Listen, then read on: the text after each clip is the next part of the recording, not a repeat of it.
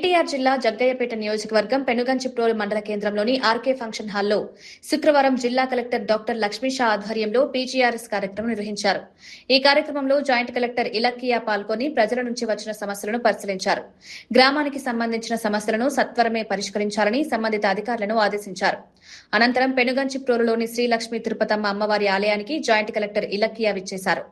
ఆలయ అధికారులు సిబ్బంది ఆమెకు సన్నాయి వాయిద్యాలతో ఘన స్వాగతం పలికారు.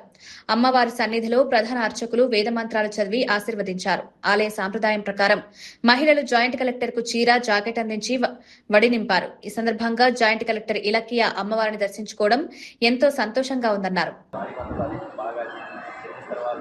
దైవత్వం నిరూపించాలని ఈ యొక్క జ్యేష్ఠాదేవి గ్రామాన్ని ఆవహించేసరికి సరైనటువంటి క్లాసులన్నీ కూడా పశువులన్నింటినీ గోవులన్నీ కాపాడాలని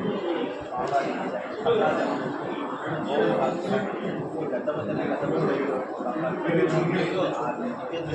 అమ్మవారు ఆకర్షంగా పోవడం యోగానికి